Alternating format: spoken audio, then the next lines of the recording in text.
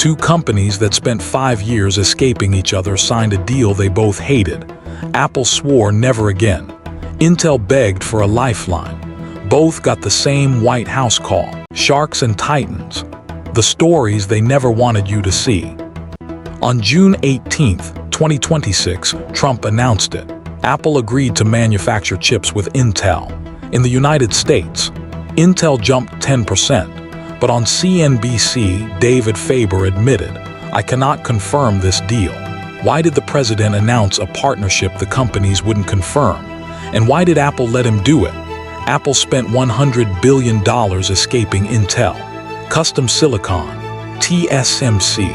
Apple moved further away every year, until the distance was zero. Now Apple is reportedly paying Intel to manufacture domestically, not because the technology is better, because Washington decided they had no choice. Chips are territory. They are leverage. They are the physical layer of every economy on Earth. For 30 years, Silicon Valley operated under one rule: build anywhere, sell everywhere, answer to nobody. That rule is dead.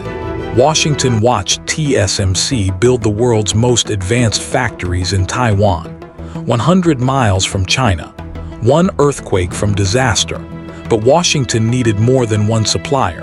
It needed a domestic champion, and Intel was dying. In 2020, Apple launched the Moan. Faster, cooler, more efficient. We don't need you. We are leaving. Intel's stock collapsed. Its Foundry became a joke.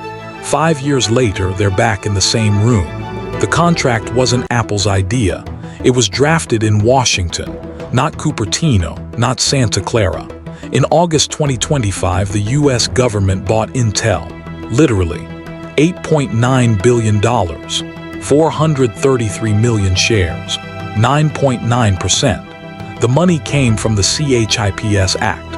Grants became equity. The government received a warrant. If Intel sells more than 49% of its foundry, Washington gets another 5%. CEO Lip-Bu Tan called it historic. 3 weeks earlier, Trump had demanded his resignation. Tan wrote a letter of allegiance, went to the White House. The man who tried to fire him became his investor. That is not business. That is ownership.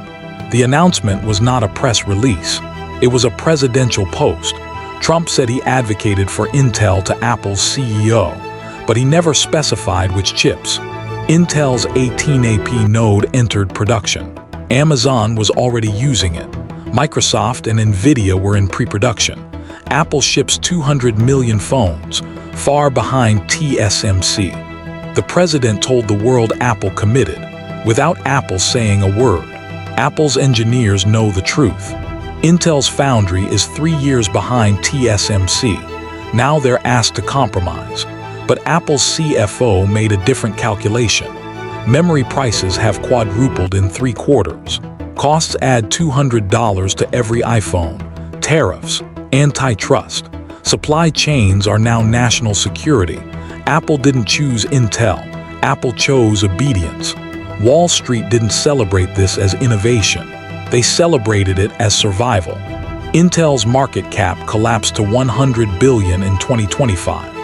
By June 2026, it surged past $675 billion, not because the technology improved, because the government bought the stock. SoftBank bought 2%. Nvidia invested $5 billion. The stock hit a record. Investors bet on the government. TSMC is not leaving. Their $165 billion expansion is real. Their Arizona fab is producing. Apple is still a customer, but Washington has now created a second path, a government-owned factory, a deal that may not exist on paper but moves markets. Intel needs revenue. Apple needs capacity. Washington needs headlines. All three compete for the same broken factory floor. For 50 years, Apple chose its suppliers, its timeline, its destiny. That era is over. If the president can announce a partnership, companies won't confirm. If the government can buy a 9.9% stake and demand the CEO's allegiance. If the most valuable company on earth can be forced to marry a partner it spent 5 years divorcing, then no tech company is free. The question is not whether Intel can build a better chip. It is whether Silicon Valley lost the right to say no.